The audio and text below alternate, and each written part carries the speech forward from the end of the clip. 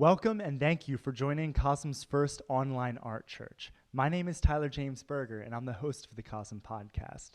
One Sunday each month, we come together to make art and explore a featured subject at the intersection of spirit and creativity. Now, please welcome Alex and Allyson. Welcome to our church, everyone. Artist's Prayer. Creator of the universe, how infinite and astonishing are your worlds. Thank you for your sacred art and sustaining presence. Divine imagination, forgive my blindness. Open all my eyes. Reveal the light of truth. Let original beauty guide my every stroke. Universal creativity, flow through me, from my heart, through my mind, to my hand. Infuse my work with spirit to feed hungry souls. Thank you, Alex. We're so glad you came to CoSM Online. CoSM stands for Chapel of Sacred Mirrors. And we like people to know that our mission at CoSM is to build an enduring sanctuary of visionary art to uplift a global community.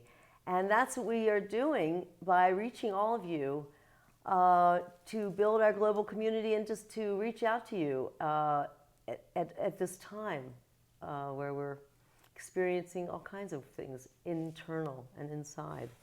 But anyway, today we're going to experience our church together, and our church is where we practice art as a spiritual path.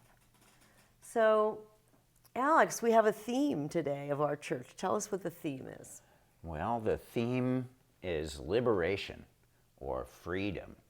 And a lot of people are experiencing sequestration at this time, so the idea of liberation or freedom is something that we probably all are yearning for. And there's so many restrictions on how we can be together that it is a time when we're inventing new ways to be together. So this is calling on our creative spirit to come up with ways to free ourselves from this sense of being alone.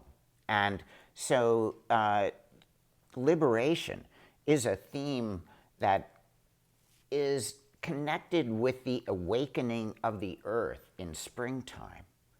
There is a greening power that Hildegard of Bingen talked about. She was a 12th century Christian abbess, and she was a mystic and a visionary, and she talked about a greening power that comes over the land, that she associated with Christ and with Mary and with God as the living force and this greening power.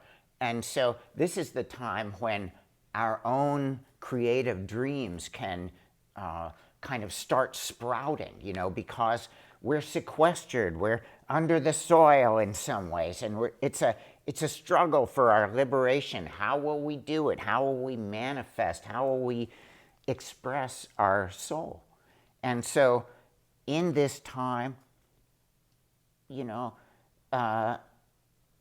think about that kind of special seed icon that is your special creative sense of spiritual renewal. You can use these themes like it's Easter Sunday, for goodness sake, that the egg is a symbol of renewal, and the whole death and rebirth cycle of Christ is a symbol of resurrection and the renewal.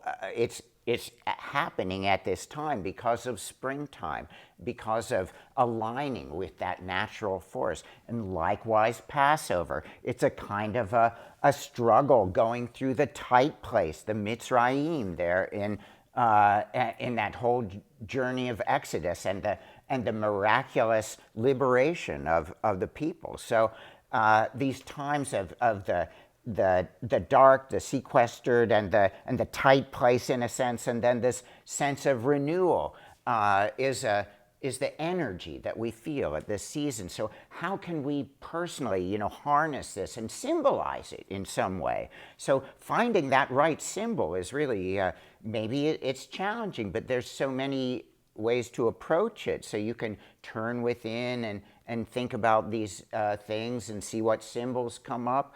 But there's also this process of the magical calling in of these forces through the sigil, right? Well, as artists, we are symbol makers. And so a sigil is a sacred, secret symbol that we use to empower our possibility, our intention.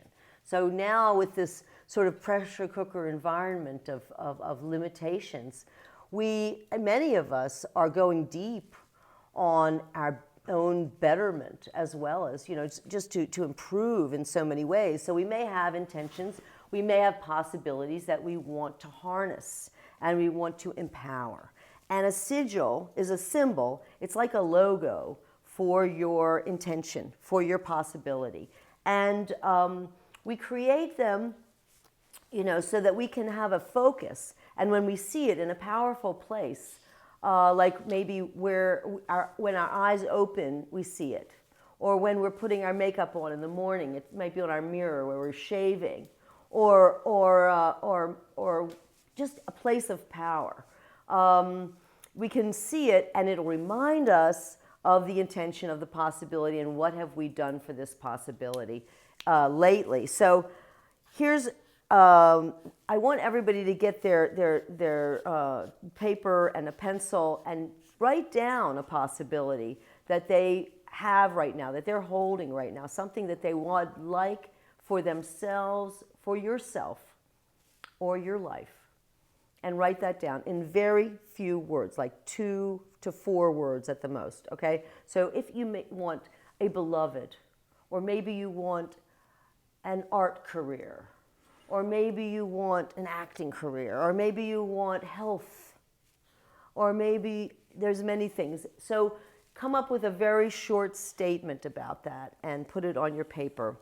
Now, I use a sigil, to show you, I'll use a sigil that Alex and I came up with in 2007 when we laid eyes on this beautiful property in Wappinger, New York, and we wanted to make CoSM happen here.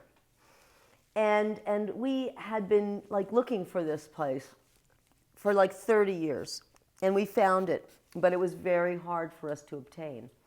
So we created a sigil, and what we called it was, we came up with this as our words: CoSM on the Hudson.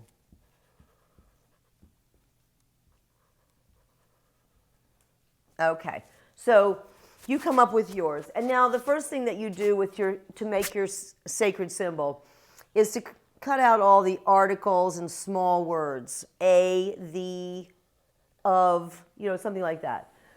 So then you dash out all of the vowels.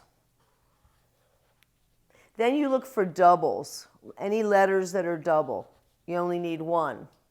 And you boiled it down. So we have a C, we have an S, we have an M, we have an H, we have a D, and we have an N. Now I should tell you that you want your words to be precise, and you want them to have no negative words in them, no uns or nots or don't or anything like that. It's got to be your possibility. It has to be in a positive term, okay? Because this is what you're going to focus on. And you're using the powers of positivity. So then you take this and you make it into, like a logo, like I said. So you would take your C.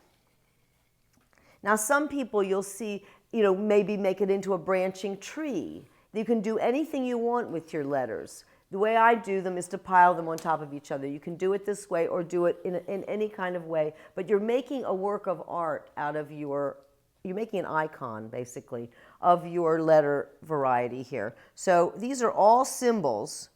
The C, then the S is, you can make it backwards or upside down. It doesn't matter, sideways or diagonal. But there's your S, your M, and this is because you're imbuing it with power and attention and energy and creativity. That's the thing. It's coming from your intention and your creativity. You can't really do a sigil for somebody else. You can only do your impression of somebody else, but your sigil is yours. So here is an H. You could put this across because this one's a wavy line, so you got another little segment there. And your D, now see, I'm gonna modify my D here. I'm gonna make it this way. You see, it's a little bit more like this. But you can like be artistic with your letters. This is your chance to make your first painting, maybe, or maybe it's your 100th. But it's a powerful symbol. Now we didn't put an N in, but to do the N, you only need this. Oh, we did the H. Here's the N. Okay, so we're here. Now here is your picture. You can put it on a nice piece of paper. You can like have it reduced on a Xerox machine so you can stick it on your treadmill or on your altar somewhere. You can make a little painting out of it. This, if you are wondering, like you haven't painted but you'd really like to and you want a subject, this is one of the subjects that Alex and I always recommend looking at. A powerful symbol of your possibility. So now if you want to decorate it, you want to give it as much energy and love and as you possibly can. So don't forget your negative space around here. This is, got to activate it. Activate it. If it's just blank, it's not activated. And then you have, maybe you want to color it in a little bit. Boop. Boop, boop, like that, and little dots, and decorate. Make it beautiful. Make it an attraction, because you're going to put it in a powerful place where you can go every day. Alex and I created an altar for our sigil on Alex's bureau where we put a pyramid over it. We put it on our Google map. If you're looking for a house or something, make a picture of it. And then, we put it on our Google map, and then we put a pyramid over it. Then we put the crystals all going towards it. We took a crystal, wrapped it in copper, and money. Money was an issue, so we put money with it, then we bled on it. I mean, we had a fresh flower and incense and a lighted candle. Remember, we would do the 7-day candles with Jupiter oil, all kinds of stuff we would do to enhance this altar that we would go to every morning and every night and think about what we've done today for our possibility, or what we could do tomorrow for our possibility. What are the action steps we could take to get closer to our goal? So anyway, I thank you. That is the way to do a sigil, and let it empower you. May it empower you. Yeah, it was a great way to empower our practice to get this place. It really helped us to focus. Oh, now, we it was a miracle because we didn't think that they would let us have it, and then they did. It took 18 months. Took 18 months of It was quite a while. Yep. But we persevered, and here this we beautiful are, and so beautiful. So we hope you'll come and see us. Yes, when we reopen one day. But for now, let's talk about the liberation with our friend Tyler. We'll meet you in the gallery. All right, here we come. All right, here come Alex and Allyson. Hi guys, thank you so much for that drop. I just wanted to say to all of our viewers at home, we would love to see the sigil that you've created. Please post it on your Instagram story and tag Chapel of Sacred Mirrors. We'd love to see them all. Now, Alex and Allyson, welcome. It's so great to hear your drop about liberation, not just in terms of the liberation of enslaved people, like in the stories of Exodus, but also the liberation of new life from the dormancy of the soil. This whole idea of liberation as a broader metaphor for the soul's path to enlightenment, I think is really amazing. And Alex, I wanted to ask you, how is that concept of liberation expressed in your piece, The Cosmic Christ? Well, I think that, in reflecting on the nature of liberation, usually it's from a limiting identity, that somehow we feel like we're in the tight place, and this could be like the egoic shell that we're very frightened to let go of, the thing that our identity has crystallized around. It might be our routines. A lot of us are probably going through this, if not a death and rebirth literally, then a kind of, at least for what our constructed social self has been, we now have to rethink that. That has broken down, and we have to reconstruct or rebirth a new self. And so these shells of selfhood, are kind of shown reflected in the cosmic Christ. The cosmic Christ is the cosmic form, it's really like a Hindu archetype of the, like when Krishna revealed his divine form to Arjuna on the battlefield, before going into battle, Arjuna wondered, who are you really? Reveal to me your true nature, And so Krishna shows that he's really actually the entire universe. And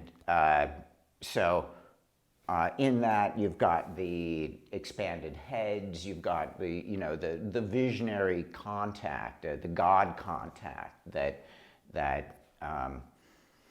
Arjuna needs in order to go into battle.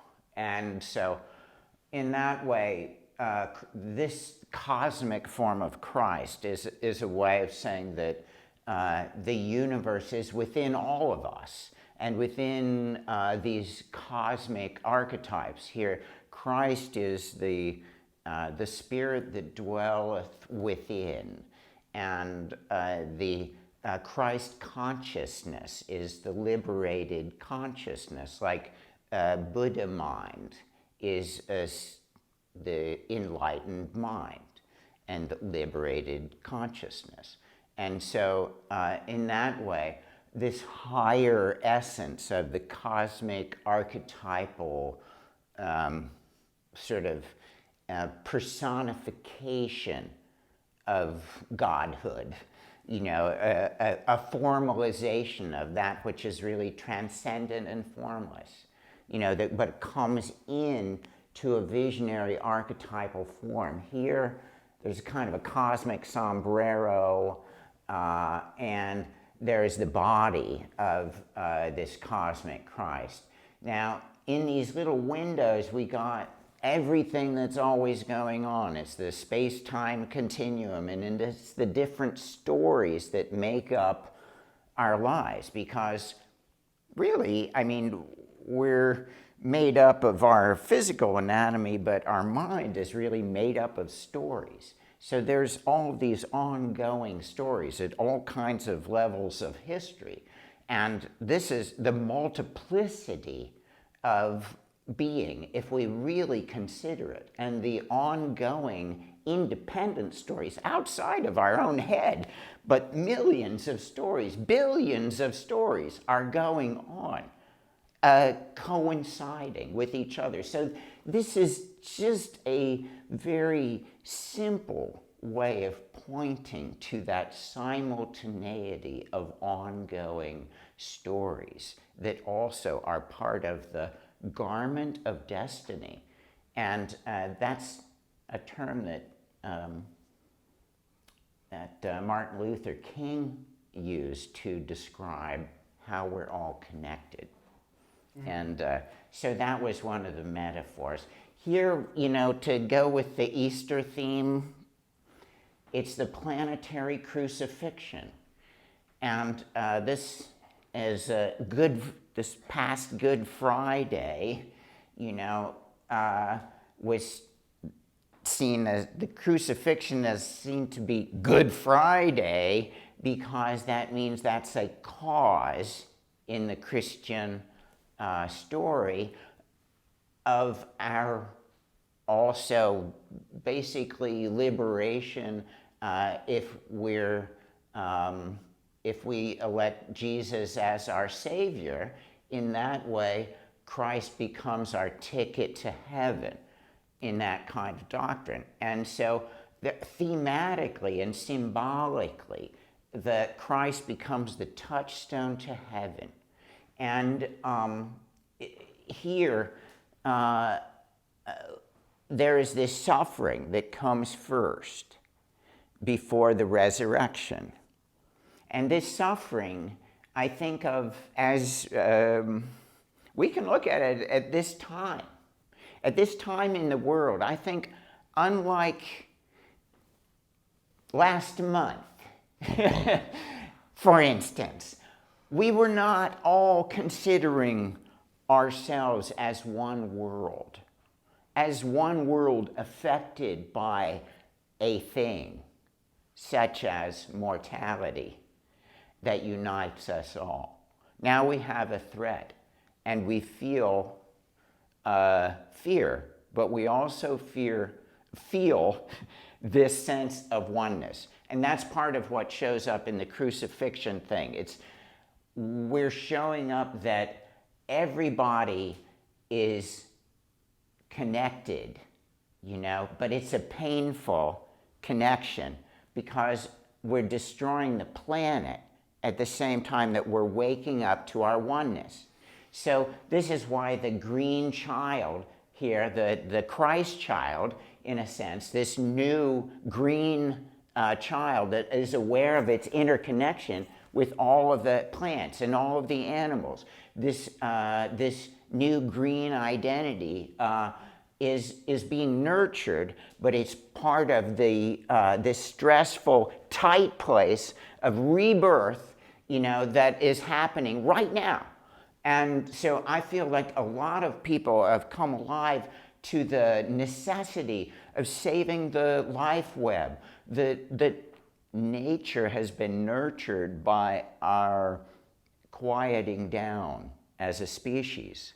And so this we want to see. We want to see the rebirth of nature. We want to empower the web of life. And this is what the blessing is happening with all of the forces of light. And yeah. I just wanted to tell you about a couple of the things I see that are related to liberation in this piece. And one of them is the major section up here where we're showing the liberation from gravity. We're showing the liberation up in the sky, uplifted, like things that are just levitating, floating, and UFOs and all that kind of outer space stuff. And then there's, like you were saying, you were alluding to, the liberation from the Mitzrayim. You have really shown a lot of scenes of pain and suffering and liberation and suicide and drowning and the liberation of the slavery and things like that. So there's many ways that plus I was thinking about the black hole in the top. There's a sense of the psychedelic or the releasing through in an altered state through the wormhole, black hole channel. Mm-hmm. So I think that's kind of a liberating off the top chakra kind of feeling that the painting has, that the altar has. It's more than a painting, really, isn't it? Yeah, liberating into another dimension, perhaps. Yeah. Now, another question I had for you guys was, there's this concept, most particularly in Tibetan Buddhism, of liberation through seeing. or more particularly, self-liberation through naked awareness, I believe the Tibetan Buddhists say. Can you speak more to this idea of liberation through seeing, through something that has the quality that just merely witnessing it causes our liberation? Well, it's a concept that is both the seeing of an object, because they have particular objects, like the black hat of the Karmapa. Mm-hmm. It's supposedly woven with dakini hair. It's a black hat. And so just looking at it, it's said to plant a seed of liberation in the mind stream of the viewer, and as a cause for the future liberation of that person. So when we heard that as an aspiration for art, like, that's just the highest aspiration I've ever heard of, that something could be in some way implanted in somebody's mind, and that at a time when it made sense, it could resurface as, oh, now I know what that means, and that in a sense, was a cause. Now, it relates to their understanding of the nature of the guru or the teacher. Now, for them, the guru is really a projection of our own inner master. The spirit, the soul that dwells within, the creative spirit in all of us, and is many times not so activated in us. And so we look to the teachers outside of us to inspire this, and also to grow that quality in ourselves. And so all of these symbols, Christ, Buddha, these are symbols, external symbols of a quality of enlightened mind. Mm-hmm. That's the other element of seeing. Now, it's self-liberation through seeing with naked awareness. Now, it's seeing with naked awareness, having the enlightened mind is seeing with naked awareness. It's not putting thoughts and filters and stuff that you've pulled from your psychodramas of the past into the present moment. It's being clear as a bell. And everybody has this quality of consciousness as the instant, fresh moment. Every moment of now is an opportunity to realize that fresh, liberated quality that consciousness has inherently and purely. So the recognition of the true nature of mind and living from that perspective, that's seeing with naked awareness. And that is also quality that leads to self-liberation and has that quality of self-liberating as each moment is perceived. That's the non-dual living in both the cosmic body and within the physical form. Mm-hmm. Yeah. Now, a technique of self-liberation through naked awareness, at least according to Timothy Leary, was the use of psychedelics. He and Richard Alpert and Ralph Metzner wrote the book, The Psychedelic Experience, based off of the ideas in the Tibetan Book of the Dead. Now, what are your thoughts on the psychedelic mystical experience as a way to decondition our programming and dissolve our ego to allow this liberating enlightenment to happen? The altered state of consciousness is a technique for liberation. And there's not really much more you need to say about it. If you've had that experience, you know how it changes you and liberates you from habits and regret and all kinds of past things that you bring with you into your everyday now. So yes, I think that Even that it's very addiction, good. you know, addiction, and a lot of people are finding liberation from addiction Right. through the use of psychedelics. That's right. And addiction of habits and behaviors as well, you know, not just other drugs, but it is very helpful for addiction. If you have a true mystical experience, it can be, you know, catalyzing true transformation in people that really, you know, helps their life and makes their life better. So that we know that, and psychedelic science is showing us that now.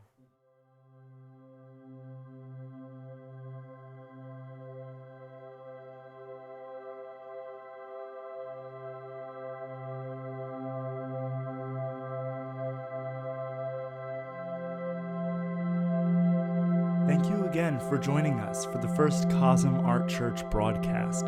Visit CoSM.org to find out more, and be sure to follow Chapel of Sacred Mirrors on Instagram and Facebook to stay tuned for upcoming virtual events. Let us know in the comments what topics you'd like explored on future podcasts, and please consider making a donation. A contribution of any size is a stand for CoSM to continue to bring inspiring and uplifting offerings to the Love Tribe.